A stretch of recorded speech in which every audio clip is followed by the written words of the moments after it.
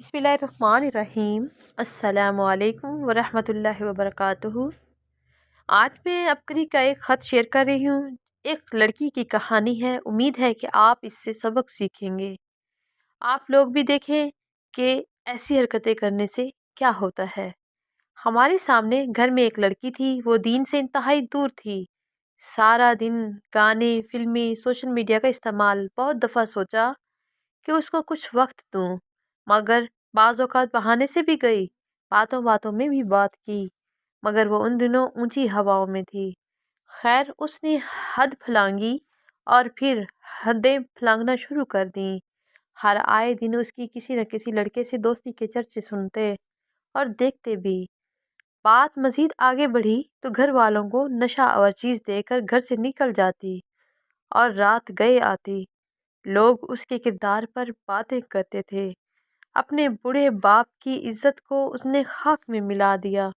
वो किसी के सामने बात करने के काबिल न रहा। उसका बाप उसे मारता भी था, मगर उसको किसी बात का असर न होता। अगर रिश्ता करने की कोशिश करते तो रिश्ता भी न होता। लोग आते और देख कर चले जाते, मगर कोई भी उससे शादी न करता। जिन लड़कों से उसकी दोस्ती थी, उनमें से किसी एक ने भी उससे शादी ना की। 29 साल की उम्र में उसकी शादी हुई। शादी के सिर्फ 2 दिन बाद वो मुझे मिली। मेरे गले लगकर बहुत रोई। मैंने वजह पूछी तो उसने आंसू पूछते हुए मुझसे मेरा नंबर मांगा और बोली, फ़ोन पर बताऊंगी।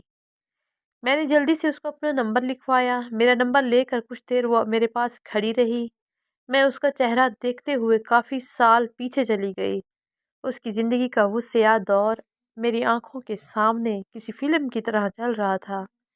एक दिन उसने मुझे फ़ोन किया और सलाम दुआ के बाद ही रोना शुरू हो गई और कहने लगी, बाजी, आपने मुझे बहुत समझाया, मगर मैं बेवकूफ़ थी। खुद को दुनिया की हसीन और खुशकिस्मत लड़की समझती। लोग मुझे धोखा देते और मैं समझती कि शायद मैं कोई परी हूँ। और फिर कहने लगी, मेरे शौहर में मुझे कोई दिलचस्पी नहीं। मेरा दिल करता है उसको मारूं और कई दफ़ा मार भी देती हूँ। मैं बहुत रोती हूँ। मेरा दिल करता है खुदकुशी कर लूँ। मुझे कोई वजीफ़ा बताओ, मैं बहुत परेशान हूँ। जब बंदा हराम में सुकून ढूंढता है तो हराम ही को सब कुछ समझ बैठता है, तो अल्लाह पाक हलाल चीज़ से उसके लिए सुकून निकाल देते हैं। ऐसी ज़िंदगी अजीरन हो जाती है। गैर महरम से दोस्तियाँ करने वाले कान खोल कर सुन लो। शादी के बाद वाली ज़िंदगी से सुकून छीन लिया जाएगा। ज़िंदगी वैरान हो जाएगी। दुनिया का सारा निज़ाम तुम्हारे मुखालिफ हो जाएगा। ये सब कुछ मेरे सामने की बात है। अल्लाह हर बेटी की इज़्ज़त की हिफाजत फरमाए। एक बात अर्ज़ कर दूं कि आज के दौर में बच्चों की तरबियत पहले से भी बहुत ज़्यादा ज़रूरी हो गई है। घर में माहौल दीनी बनाएं। दीन होगा तो हिफाजत होगी, और हिफाजत होगी तो नस्लें हमेशा खुश और खुशहाली और बाइज़्ज़त रहेंगी। उम्मीद है आप लोग भी अपनी औलाद की तरबियत अच्छे से करेंगे और उन पर गहरी नज़र रखें, क्योंकि बेटियां आने वाले रोशन मुस्तकबिल का एक मेन किरदार होती हैं। आने वाली नस्ल की अमीन होती हैं। अगर बेटियां नेक होंगी, समझदार होंगी, तो आने वाली नस्ल भी अच्छी होगी।